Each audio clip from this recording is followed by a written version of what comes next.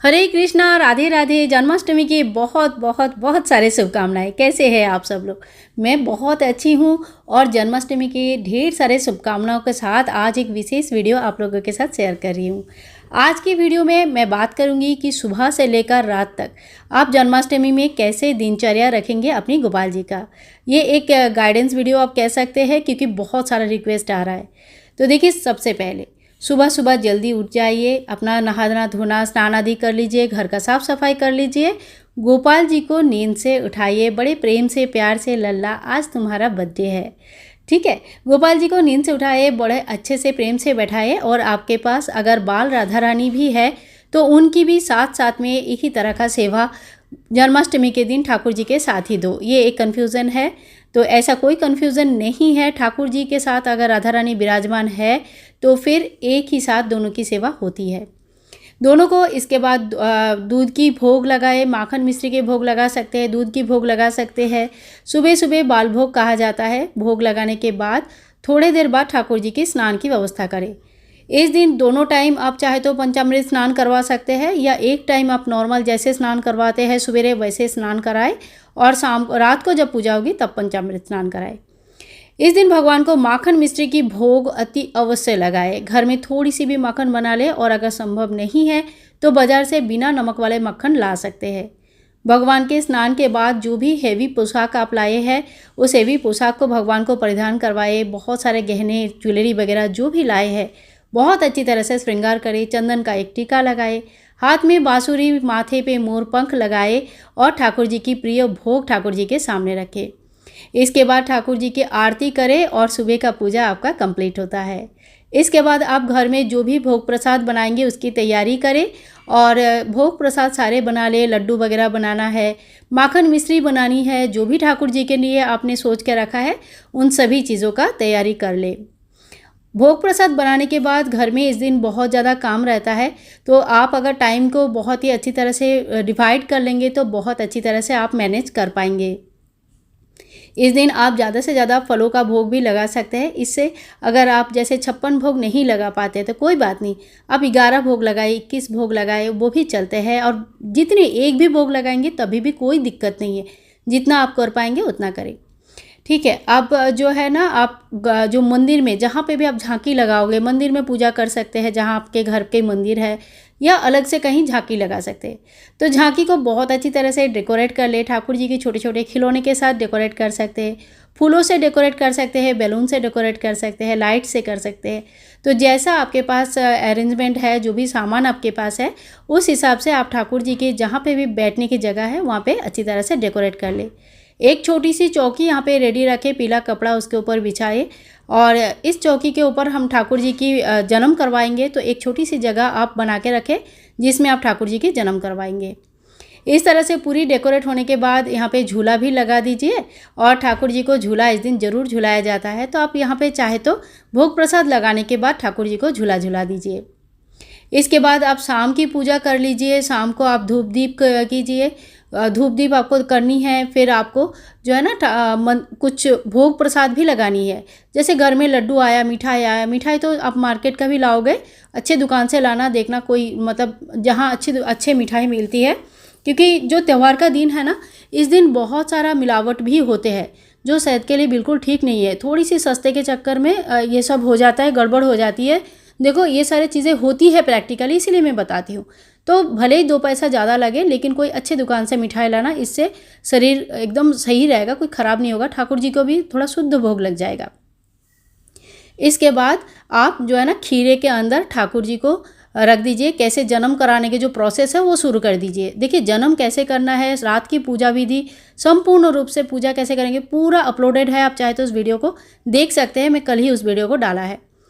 ठाकुर जी को खीरे के अंदर, फूलों के अंदर रख के, खीरा अगर ठाकुर जी थोड़ी बड़ी है तो ठाकुर जी के लिए एक जो चौकी हमने पीला आसन वाला बनाया था उसके ऊपर एक छोटी सी आप थाल रखे, उसके ऊपर फूल रखे, फूल के ऊपर ठाकुर जी को रखे, फिर चारों तरफ से थोड़ा सा 2 खीरा रख दे और पीला कपड़े से ढक दे। अब यहाँ पे एक घी की दीपक आपका जलनी चाहिए। शाम को 7 साढ़े 7 बजे से लेकर जैसे 12 बजे तक आप पूजा करेंगे तो 12-1 बजे तक जले, इतना आप घी का दीपक एक लगा दीजिए। सबसे अच्छा उत्तम होगा आप शाम को एक अखंड दीप का स्थापना करें जो रात भर जलेगी, बहुत अच्छा होता है। छोटे छोटे नहीं, थोड़ी सी बड़ी एक दीपक का स्थापना कर ले, ठीक है। इसके बाद देखिए आप घंटी शंख वगैरह रेडी रखें। ठाकुर जी को बिल्कुल डिस्टर्बेंस इस टाइम पे नहीं होना चाहिए। जैसे मातृकोख से शिशु की जन्म होता है ना, इसी तरह से ठाकुर जी को बिना डिस्टर्बेंस का इस टाइम पे रखा जाता है। जैसे उनके अंदर फिर से बच्चे जन्म ले रहा है, घर में बहुत ही खुशी का एक माहौल हो रहा है। फिर जैसे ही 12 बज रहा है बहुत ही अच्छे से ढाक ढोल पीटा जाता है मंदिरों में तो, और ताली बजा के घर के सभी मेंबर इकट्ठा हो। ऐसा नहीं कि कोई सो गया कोई जगह है, ऐसा नहीं, सभी मेंबर इकट्ठे हो, ताली बजा के, घंटी बजा के, शंख ध्वनि बजा के बड़े ज़ोर शोर से ठाकुर जी के जन्म करवाए। जन्म सिर्फ ठाकुर जी की करनी है, राधा रानी की नहीं करनी है। तो राधा रानी सज धज के जैसे बैठाए आपने कहीं पे, वहाँ से बैठा के रखे, सिर्फ ठाकुर जी की जन्म करवाए। यहाँ पे सिर्फ ठाकुर जी की जन्म होती है, ठीक है, कन्फ्यूज़न मत करें।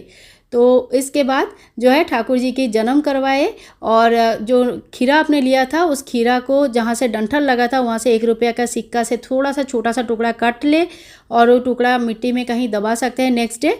और बाकी जो टुकड़े हैं वो ठाकुर जी को भोग लगाने के बाद आप सबको बांट सकते हैं।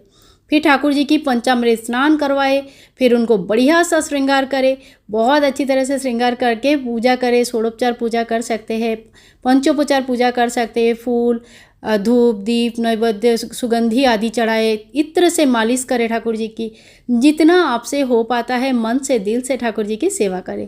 इसके बाद देखिए जन्म के बाद सबसे पहले ठाकुर जी को मधु यानी कि हनी का भोग लगाया जाता है, थोड़ा सा मधु चटाया जाता है। दूध दही घी शक्कर माखन मिश्री इत्यादि भोग जो है ना ठाकुर जी को इस समय चढ़ता है। और बाकी जो भी आपने भोग बनाया, जैसे 56 भोग बनाया या खीर पूड़ी बनाया या सब्जी बनाया, जो भी भोग आपने बनाया वो सारे भोग जो है ना राधा कृष्ण जी के युगल स्वरूप जो किशोरी स्वरूप किशोर स्वरूप है उनको चढ़ता है, ठीक है। दोनों में आप समझ लीजिए, जो छोटे से कान्हा जी है उनकी जन्म हुआ है तो उनको दूध का भोग, मधु का भोग, दही का भोग, इस तरह का भोग लगता है। अन्न का भोग नहीं लगती है। अन्न का भोग किसको लगेंगे? राधा कृष्ण जी को लगेंगे, ठीक है। चीज़ें क्लियर अगर कहीं नहीं है तो पूछ सकते हैं। फिर पूजा होने के बाद ठाकुर जी की जो भोग प्रसाद है वो चाहे तो सभी लोगों में थोड़ा थोड़ा बांटे। आप इसी टाइम पे भगवान का जो व्रत है वो व्रत प्रसाद खा के आप व्रत को समाप्ति कर सकते हैं। इसके बाद आप जब सोने जाएंगे तो ठाकुर जी को उससे पहले झूला से नीचे जहाँ पे उनकी बेड की व्यवस्था किया है उस बेड में सुला के अच्छी तरह से कॉटन के पोशाक पहना के और अच्छी तरह से सुला दीजिए, क्योंकि वो भी रात भर झूले में नहीं बैठेंगे, ठीक है। बहुत लोग रात भर झूले में बैठा देते हैं, ये बिल्कुल सही नहीं है। रात भर झूले में नहीं बैठेंगे, उनको सुला दीजिए। और एक बात आपको कहती हूँ कि जन्माष्टमी के दिन अगले दिन जो है वो नंदोत्सव मनाया जाता है। तो नंदराज के यहाँ पे कृष्ण भगवान आए थे। इसी खुशी में वो पूरे गांव में बहुत सारा खाना पीना अरेंज किया था, दान ध्यान किया था, तो बहुत बड़ा करके उत्सव मनाया था, झूला झुलाया था। इस दिन के बहुत बड़ा उत्सव था। तो इस उत्सव को जन्माष्टमी के अगले दिन आप मना सकते हैं, झूला झुला सकते हैं, 56 भोग लगा सकते हैं, ठीक है। तो इसी तरह से ठाकुर जी की पूजा जन्माष्टमी के दिन किया जाता है। पूरे दिन ठाकुर जी की नाम जप करें, हो सके तो हरे राम हरे कृष्ण मन ही मन जप करते रहे। और अगर इस टाइम पे बाय चांस आपको घर में कोई ऐसा सिचुएशन है, सूतक पातक पीरियड्स वगैरह हो रहा है, नहीं कर सकते, तो आप मन ही मन संकल्प ले, मन ही मन ठाकुर जी को भोग लगाए, संपूर्ण पूजा मन ही मन कर सकते हैं।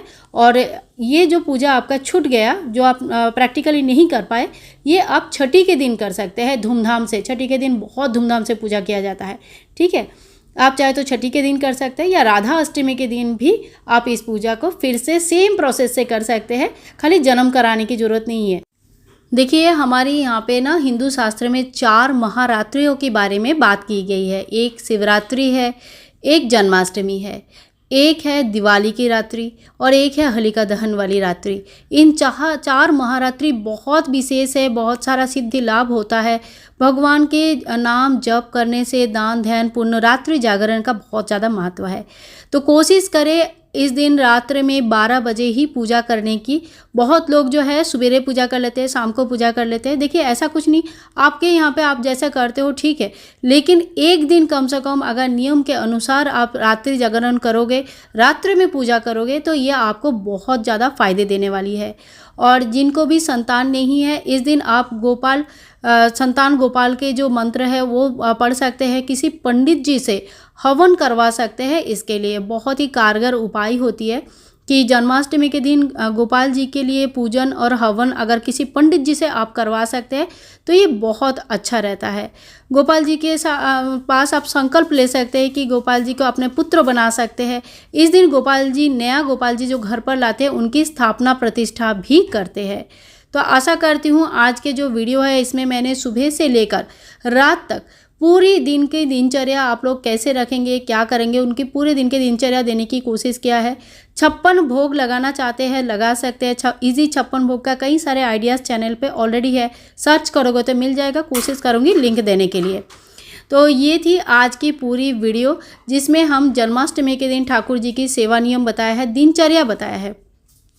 माला जप आप कर सकते हैं, कब करेंगे देखो, अगर आपके पास अलग से बैठ के पूजा करने का टाइम नहीं है तो सबसे बेस्ट उपाय आपको बता रही हूँ, मन ही मन जप करें। हमेशा कान्हा जी की अगर ख्याल रखेंगे, लोगों के प्रति हिंसा द्वेष नहीं रखेंगे, तो ये सबसे बड़ी पूजा है। सबसे पहले आपको मन साफ करना है। तो वीडियो अगर पसंद आई तो please like share and comment, channel को सब्सक्राइब करके रखना। हरे कृष्णा, राधे राधे।